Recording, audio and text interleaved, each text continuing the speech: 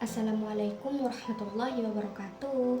Hai semuanya, kembali lagi kepada saya Nila Fauziah dengan NIM 1240203 dari program studi pendidikan bahasa Arab semester 3. Nah, pada kali ini video ini saya buat untuk memenuhi tugas UAS mata kuliah Administrasi dan Supervisi Pendidikan yang diampu oleh Bunda Misdah. Baiklah, di sini saya akan menjawab 3 pertanyaan yang sudah diberikan. Soal yang pertama yaitu 4 prinsip dalam pelaksanaan supervisi dengan memberikan contoh. Soal yang kedua, fungsi kepala sekolah sebagai administrator dan supervisor jika dikaitkan dengan efektivitas tujuan pendidikan. Dan soal yang terakhir yaitu hubungan antara monitoring dan evaluasi pendidikan dengan perencanaan pada 7 komponen sistem pendidikan. Nah, pada video kali ini saya akan membahasnya lebih rinci satu persatu. Nah, jawaban yang pertama yaitu dalam pelaksanaan supervisi perlu kawan-kawan ketahui bahwa ada beberapa prinsip yang perlu diperhatikan supaya supervisi ini benar-benar bermanfaat, bukan sekadar formalitas. Nah, yang pertama yaitu adalah prinsip kerjasama. Jadi teman-teman, supervisi itu seharusnya dilakukan dengan cara bekerja sama antara kepala sekolah dan juga guru. Jadi, bukan kepala sekolah yang merasa paling benar lalu menilai guru seenaknya. Jadi, guru justru perlu diajak bicara dan juga dilibatkan.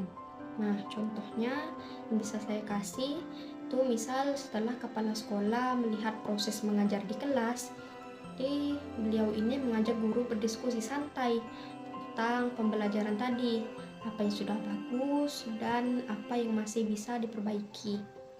Nah, yang kedua yaitu adalah prinsip berkelanjutan.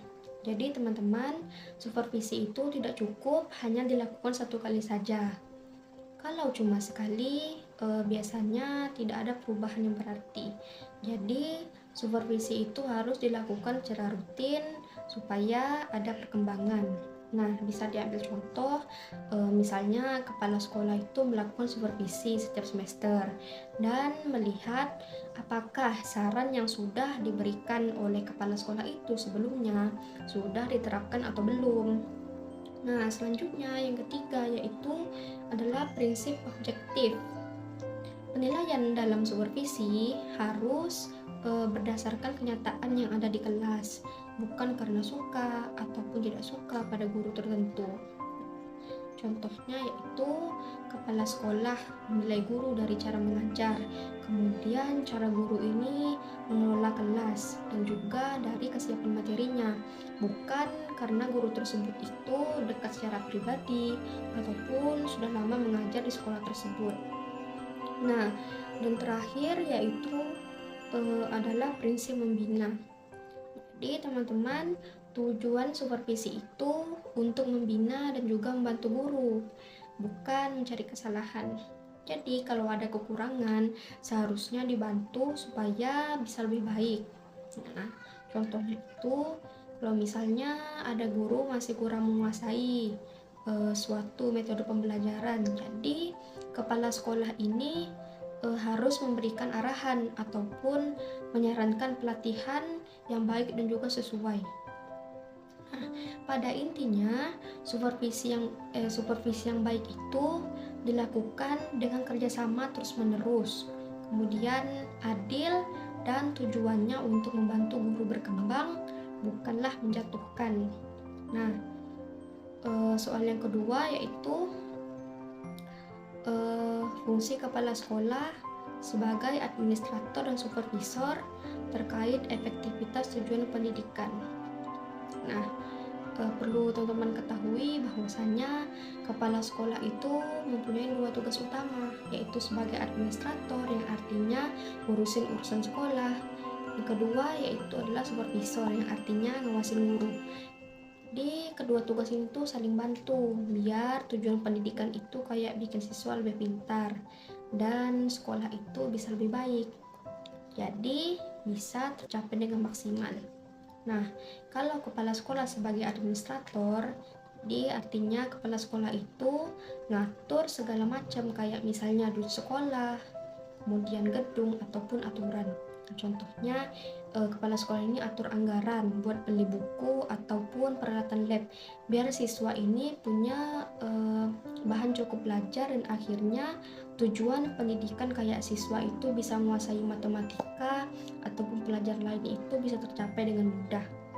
Nah, kalau kepala sekolah sebagai supervisor, artinya kepala sekolah itu ngawasin ataupun ngebantu guru biar pengajarannya itu makin oke. Jadi kepala sekolah ini kasih latihan, kemudian lihat kelas, dan juga ataupun ngasih kritik yang bermanfaat. Bisa contoh, di kepala sekolah ini bantu guru pakai metode baru kayak diskusi interaktif, yang mana bikin siswa ini lebih aktif belajar. Nah, ini bikin tujuan pendidikan itu lebih efektif karena pengajaran itu jadi lebih bagus dan hasil siswa itu bisa naik. Jadi, administrasi nyiapin dasar-dasarnya, kemudian supervisor itu memastikan semuanya jalan benar, biar pendidikan gak cuma rencana, tapi beneran berhasil. Nah, masuk ke soal selanjutnya. Jadi teman-teman, monitoring dan juga evaluasi pendidikan itu sebenarnya merupakan bahan utama sebelum sekolah ini buat perencanaan. Jadi ketika itu sekolah itu ndak asal-asalan nyusun rencana, tapi lihat dulu apa yang sudah terjadi di lapangan. Jadi dari hasil monitoring dan juga evaluasi itulah sekolah tahu mana yang sudah berjalan baik dan mana yang masih perlu diperbaiki. Kemudian hubungannya itu bisa dilihat dari 7 komponen sistem pendidikan, yaitu yang pertama yaitu tujuan pendidikan. Jadi lewat monitoring dan juga evaluasi, sekolah itu bisa tahu apakah tujuan yang selama ini ditetapkan sudah tercapai ataupun belum. Nah, kalau ternyata banyak yang belum tercapai, berarti dalam perencanaan berikutnya tujuan tersebut perlu diperbaiki ataupun disesuaikan dengan kondisi sekolah dan juga disesuaikan dengan kondisi siswa. Nah, yang kedua yaitu adalah peserta didik. Monitoring hasil belajar siswa membantu sekolah melihat kemampuan dan juga kebutuhan siswa secara nyata. Nah, dari situlah sekolah itu bisa merencanakan program yang lebih pas. Nah, misalnya tambahan belajar, kemudian remedial, ataupun kegiatan pengembangan minat siswa. Nah, yang ketiga yaitu adalah guru dan tenaga kependidikan.